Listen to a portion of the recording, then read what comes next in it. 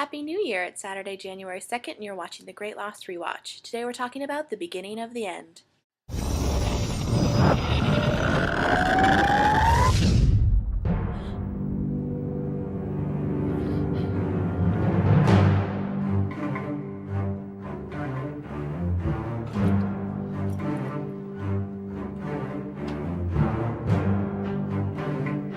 The group that's headed to the radio tower is just celebrating the fact that they can make contact with the freighter people. The people back at the beach camp are also celebrating, especially Hurley. He celebrates by doing a cannonball. We all just have a really great feeling, and then in typical Lost fashion, good feeling gone. Back at the radio tower, Minkowski calls Jack. During this phone call, Jack realizes that Naomi is not quite as dead as he thought she was, and she has crawled off somewhere. Jack goes up to Ben, demanding that Ben tell him where she went. Where is she? They find two possible trails, so Jack and Kate split up. Jack, who took Ben and Rousseau with him, discovers that he doesn't have the satellite phone anymore, and Ben says, "Oh yeah, I probably should have told you that Kate took the phone when you guys hugged, but you know, you beat me up, I owed you one." Kate took the correct trail. Naomi attacks her, demanding the phone, and Kate gives her the phone, says, you know, "That was John Locke, it wasn't us, we're so sorry you got stabbed in the back." And Naomi talks to Minkowski, covering up for them. She tells Minkowski, "Tell my sister I love her." Hurley, of course, is really sad, and Sawyer tries to talk to him about it, but Hurley just wants to be left alone, and he falls behind, and then he runs into Jacob's cabin.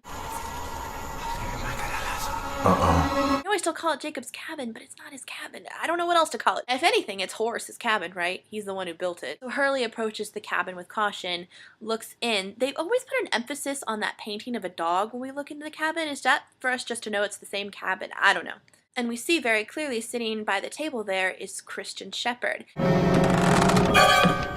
I said it before and I'll say it again, that eye-faced entity, whatever, that looks like Terry O'Quinn. I just don't think it's a coincidence that the man in the black shirt is seemingly inhabiting Locke's body, and these people in Jacob's cabin look like Terry O'Quinn. Speaking of Terry O'Quinn, Hurley then runs into Locke and explains to him everything that's happened, minus the cabin stuff, of course. Locke and Hurley join the others from the beach, and they're soon joined by people coming back from the radio tower, and Hurley has the unfortunate job of telling Claire what happened. Kate comes in saying that Naomi covered for us, it's okay, but she's now officially dead. And then we see Rousseau and Ben come, but we don't see Jack, but we feel him when he all of a sudden punches Locke. He takes a gun and points it in Locke's face, and Locke says, "You're not going to shoot me any more than I was going to shoot you." And right at that moment, Jack pulls the trigger, but fortunately for Locke, the gun was not loaded. Damn, Jack!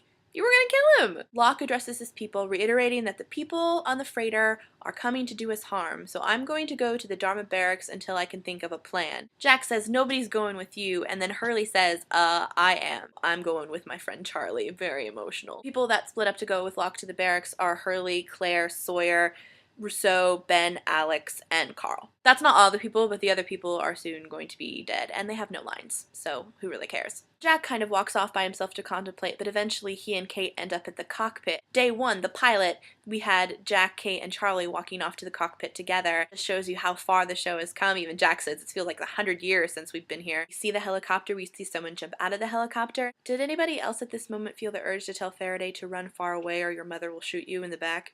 Quite literally. Flash forward to a car chase happening in LA, and we see Jack watching this car chase, which leads us to believe that this is going to be yet another season premiere Jack-centric episode, but it's not. It's about Hurley, which I think is really cool. When he gets captured and arrested, he keeps screaming, "I'm one of the Oceanic Six!" While he's being interrogated, there's the mirror double-sided window, and there's this figure who comes up and puts his hand on the glass and it breaks, and Hurley is sent to a mental institution. While at the mental institution, Hurley has a visitor. He introduces himself as Matthew Abaddon. Matthew Abaddon says, "Are they still alive, Mr. Reyes?" Also, while at the mental institution, Hurley is visited by Charlie, even though Charlie is dead. The reason that Hurley noticed Charlie in the first place is that one of the other mental patients said that there's this guy staring at you. So Charlie is visible to other people. "You ran from me because you know I have something important to tell you. You have to go back. You know they need you," but Hurley doesn't want to hear any of this. Jack goes to visit Hurley saying, "Oh yeah, I was just in the neighborhood. I wanted to see how you were." But Hurley knows that Jack wants to just make sure that Hurley's not going to, go completely crazy and tell everybody that they were lying. Hurley apologizes for going with Locke, says it wasn't the right thing to do,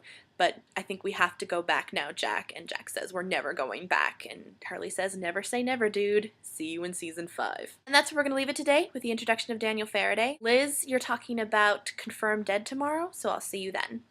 We're gonna need to watch that again.